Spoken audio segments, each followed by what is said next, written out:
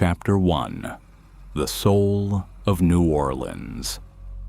New Orleans, 1918. A city built on a swamp where the air is so thick with humidity and jazz you can almost taste it on your tongue. To the outside world, this was the Big Easy, a place of endless celebration and the birth of a new musical era.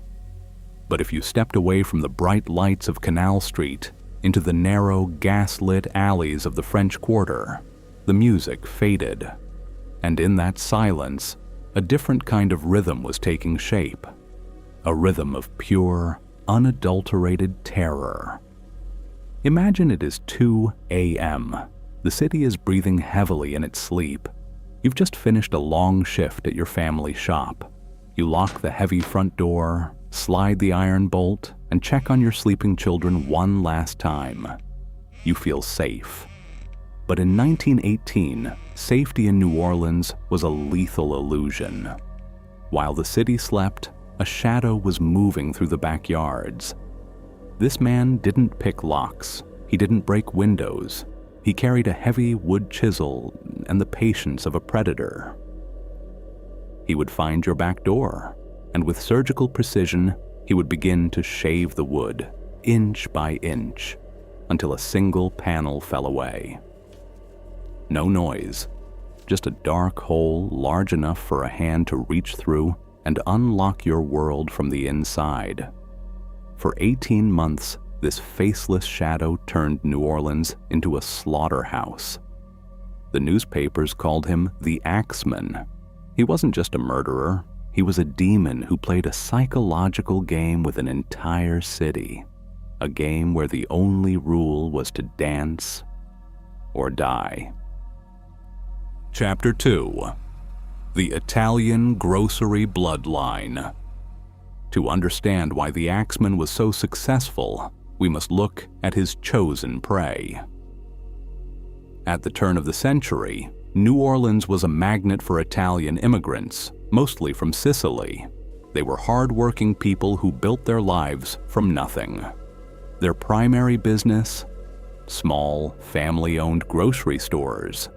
These Italian grocers were the heartbeat of every neighborhood, but they had a fatal weakness. They lived where they worked, usually in small apartments directly behind their shops. This meant they were isolated from the street and the police. Every night, they followed the same routine. And every night, the Axeman watched them from the darkness. When the first bodies were found, the police didn't think of a serial killer. That term didn't exist yet. Instead, they shouted one name, the Black Hand, La Mano Nera. For those who don't know, the Black Hand was a precursor to the Italian mafia in America. They were famous for extortion, sending letters demanding protection money. If you didn't pay, they bombed your shop. Because the victims were Italian, the police assumed this was just a mafia vendetta. They spent months looking for a criminal gang, a conspiracy of many men. But while they were looking for a mob, they were being hunted by a ghost who didn't want their money. He wanted their lives. Chapter 3. The Maggio Massacre. May 23rd, 1918. A date that would be forever carved into the dark history of New Orleans. Joseph Maggio and his wife, Catherine, were deep in sleep in their small apartment at the corner of Upper Line and Magnolia Street. They were the perfect example of the Italian dream, hardworking, respected, and quiet. But that night, their dream turned into a symphony of screams. Joseph's brothers, Jake and Andrew, lived in the same building. At dawn, they were jolted awake by a sound that made their blood run cold. A muffled, rhythmic thumping, followed by a wet, gurgling groan coming from through the wall. When they broke down the door to Joseph's bedroom, the stench of iron and copper hit them instantly. The scene was beyond human comprehension. Catherine lay across the bed, her throat cut with such savage force that her head was barely attached to her shoulders. Joseph was still alive, his chest heaving, but his skull had been shattered by repeated, crushing blows from a heavy object. He died in his brother's arms, unable to utter a single word about the monster who had invaded their sanctuary. The detectives who arrived later were seasoned men, but even they turned pale. They found the weapon leaning against the wall, almost mockingly. It was Joseph's own axe, still dripping with his blood. The killer hadn't even brought his own blade.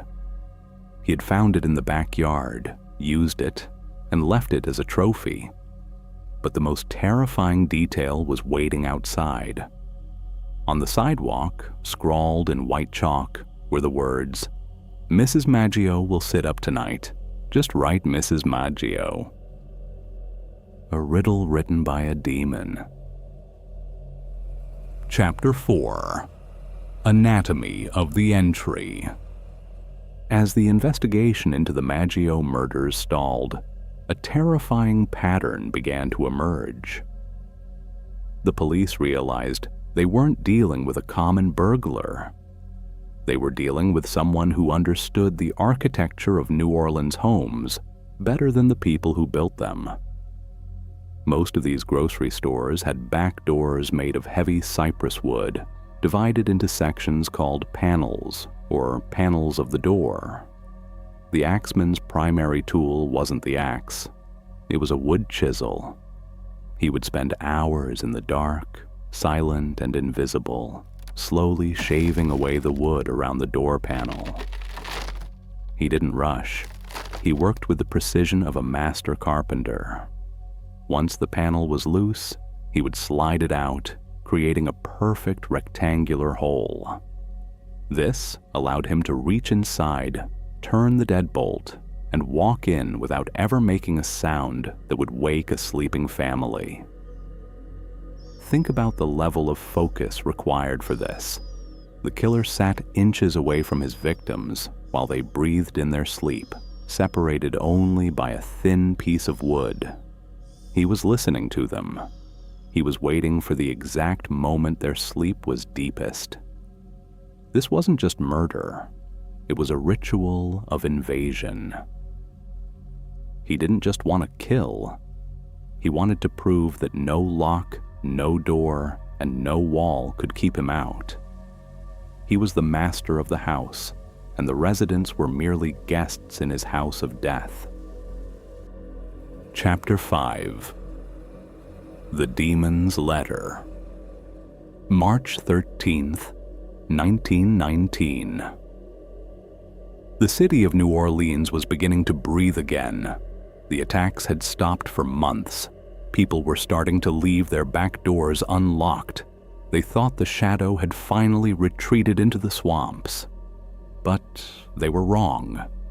The monster wasn't gone. He was simply preparing his grand finale. That morning, the local newspapers received a letter. It didn't look like a ransom note. It didn't look like the work of a common criminal. It was a manifesto of pure arrogance. The letter began with these chilling words. Hell, March 13th, 1919. Esteemed mortals. They have never caught me, and they never will. They have never seen me, for I am invisible, even as the ether that surrounds your earth. I am not a human, but a spirit and a demon from the hottest hell. Read those words carefully. This wasn't just a man with an axe. This was someone who saw himself as a supernatural force. He mocked the police, calling them foolish and utterly stupid. But then, the letter took a turn into the surreal.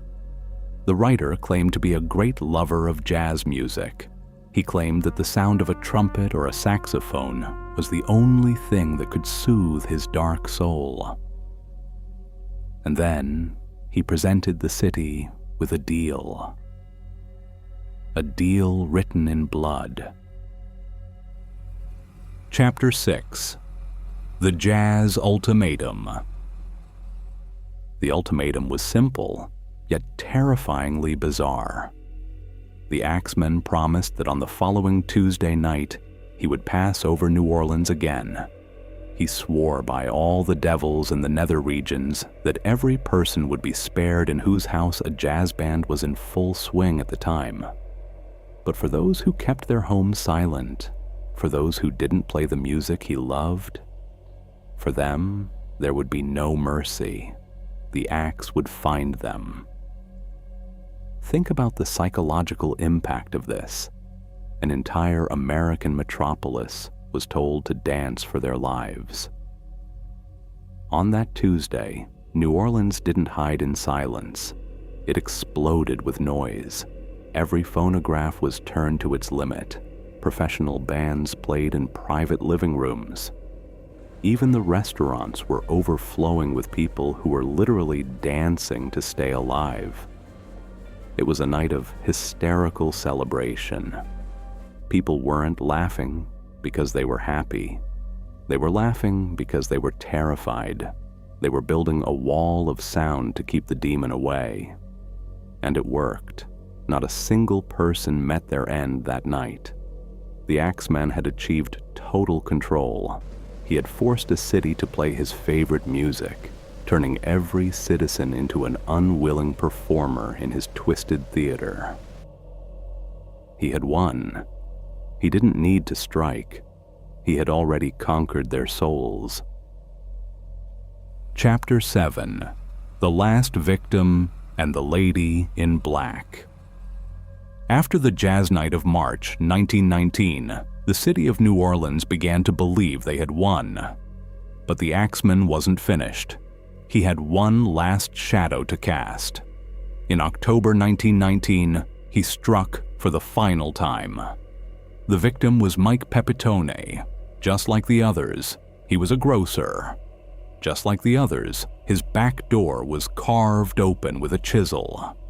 Mike's wife, Esther, was awakened by the sound of struggle. She ran into the bedroom only to see a tall, hulking figure standing over her husband's bleeding body. Before she could scream, the monster stepped into the darkness and vanished. Mike Pepitone died that night, but he left behind a witness who would never forget that face. Fast forward to December 1920, Los Angeles, California. A man named Joseph Mumfre is walking down a busy street. Suddenly, a woman in black emerges from the crowd. It is Esther Pepitone. Without a word, she pulls a revolver from her coat and fires 3 shots into Mumfre's chest. He dies on the pavement. Esther claimed that Mumfre was the man she saw in her bedroom. She claimed he was the Axeman who had followed her from New Orleans to California. Mumfre had a long criminal record and was known to be in New Orleans during every single murder. Was he the monster? Or was Esther simply a grieving widow looking for a scapegoat? The police never found an axe in Mumfre's possession, and the mystery of the Axeman was buried with him in a nameless grave.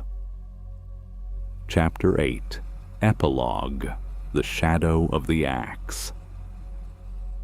Today, more than a century later, the identity of the Axeman remains one of the greatest unsolved mysteries in American history.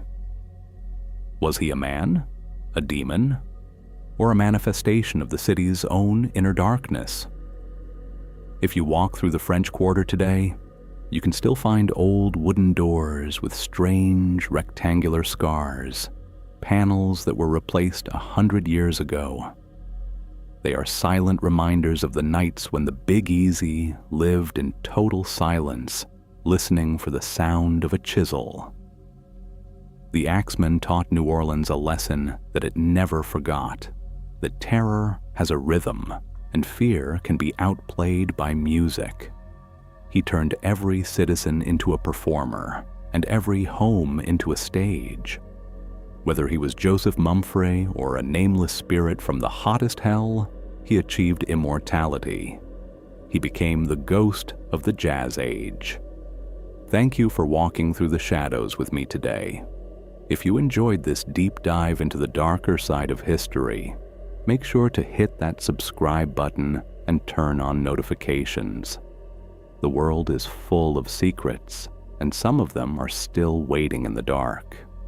Tell me in the comments, do you think Esther Pepitone killed the right man? Or is the real Axeman still out there, listening to the jazz in the night?